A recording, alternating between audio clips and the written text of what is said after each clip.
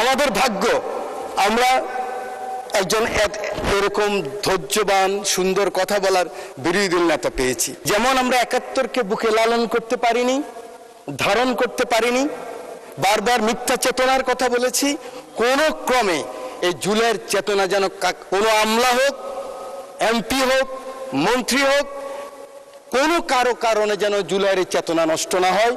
সর্বপ্রথমে আপনাকে জানাতে চাই, হাউসকেও জানাতে চাই, সারা বাংলাদেশের 18 কোটি মানুষকে জানাতে চাই, আমাদের ৭১, আমাদের ৯০ এবং আমাদের রক্ত ভেজা এই সেদিন ঘাসের মধ্যে এখনো লেগে আছে জুলাই বিপ্লব। এই বিপ্লবে যারা আত্মাহুতি দিয়েছেন তাদের সকলের আত্মার মাগফিরাত কামনা করি। মাননীয় স্পিকার, এই সেদিন কুরবানের আগের সপ্তাহে আমি বেস্তিনি হসপিটালে গিয়েছিলাম ব্যাংককের জুলাই যোদ্ধাদেরকে দেখার জন্য। সেখানে অনেকের সাথে কথা হয়েছে। এক তরুণ হুইল চেয়ারে বসে আছে, ওই জুলাই যোদ্ধার পাশে একজন তরুণী। আমি ভেবেছিলাম হয়তো বোন কিংবা কোনো আত্মীয় হবেন। এই জুলাই যোদ্ধা আবু সাইদ যেদিন নিহত হয়েছেন সেদিন সে গুলি খেয়েছিলেন। যখন কথা বলতেছিলাম প্রাসঙ্গিক ক্রমে ওই তরুণী বললেন, ইনি আমার স্বামী। আমি বললাম, কবে বিয়ে হয়েছেন? বলে যে ৩৬ জুলাইয়ের পরে।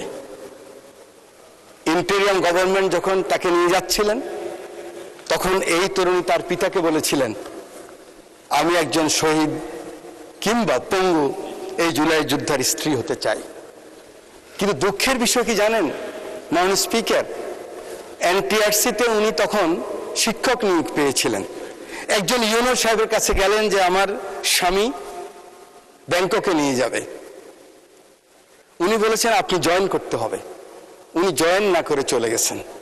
এই হাউসকে এটাই জানাতে চাই, এই যেমন আমরা ৭১কে বুকে লালন করতে পারিনি, ধারণ করতে পারিনি, বারবার মিথ্যা চেতনার কথা বলেছি, কোনো ক্রমে এই জুলাইয়ের চেতনা যেন কোনো আমলা হোক, এমপি হোক, মন্ত্রী হোক, কোনো কারণে যেন জুলাইয়ের চেতনা নষ্ট না হয় সেদিকে আমাদের সকলকে আমাদের নজর দিতে হবে।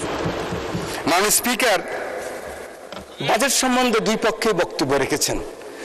আমার সিনিয়ররা আছেন যারা 40 বছরে পার্লামেন্টে আছেন, সেরকম সিনিয়র লিডারও আছেন।